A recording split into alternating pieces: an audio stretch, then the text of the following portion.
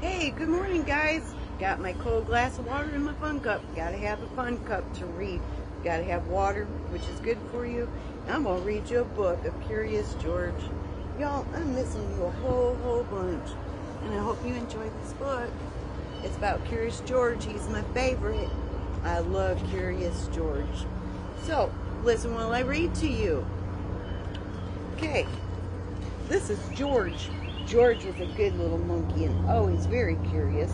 One morning with the yellow hat woke George early. "Time to get up, George," he said.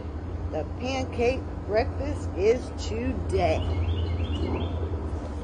George loved the pancake breakfast. It was a fundraiser held every year to make money for special programs at the Children's Hospital. Besides eating pancakes, there were all kinds of games to play, and even the mayor came to play and eat. But first, he gave a welcome speech. Y'all hear the birds in the background? They're happy this morning. They're happy.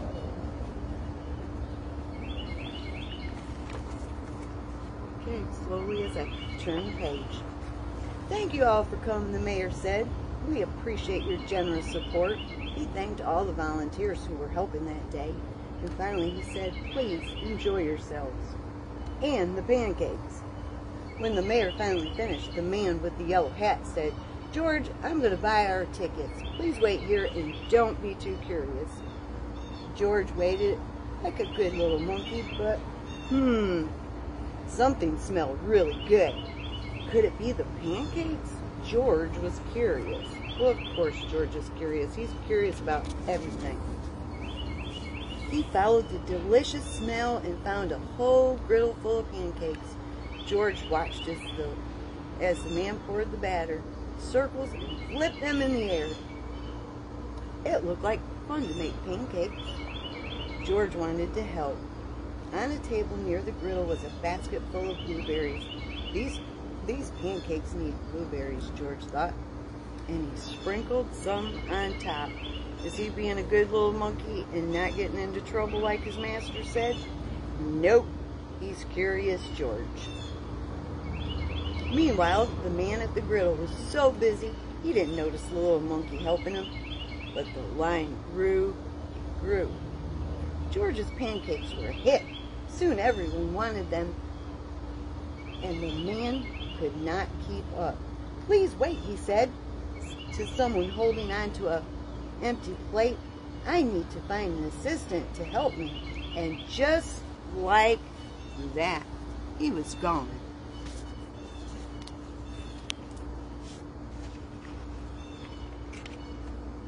George looked at the people waiting in line and then the empty griddle. Why, he could make pancakes. He could be the assistant. George poured the batter into nice little round circles. Next he added blueberries. He waited just a minute to let the pancakes cook. Then he flipped them over. And at last he added syrup. I mean, really, can you have a pancake without syrup? Absolutely not. Except for some, and that's my daughter. She don't like her syrup on her pancakes. I do. The line for the pancakes was enormous, but with 4 hands, George made quite a chef, and no one's plate was empty for long. "I've been coming to the breakfast for years," a man said. "I've never seen pancakes made like this before." "I've eaten many pancakes before," said a girl. "I didn't like pancakes before," said another girl, and they all lined up for more.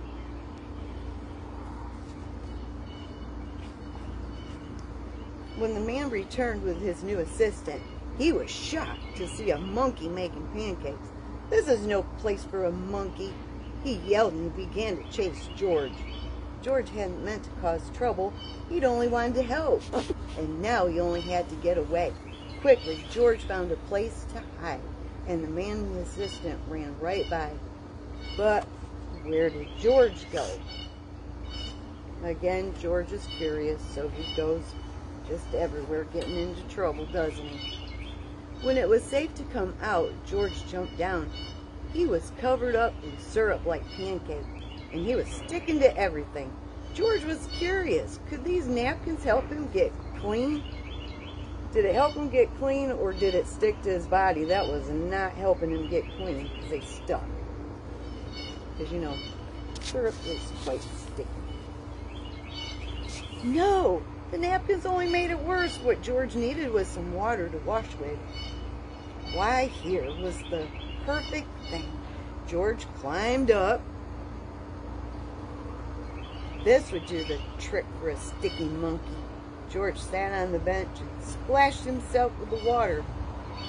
But all of a sudden, what do you think is going to happen to George? What is going to happen to George? I think he's going down. Splash! George was in the water. What a surprise.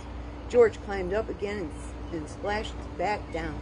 He had never been in a dunking tank before, and he had never had so much fun getting clean. Soon, everyone was having fun, and the line on the dunking tank grew even longer than the line for the pancakes. Later, the mayor came by. "I've heard all about your delicious pancakes," he said. "You've made our fundraiser a big success, and I have a special favor to ask of you."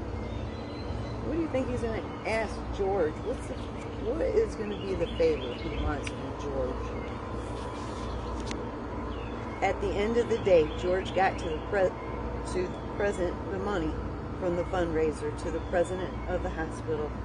"Thanks to you, George, this has been our best year ever," she said. "Will you come back and make pancakes again next year?"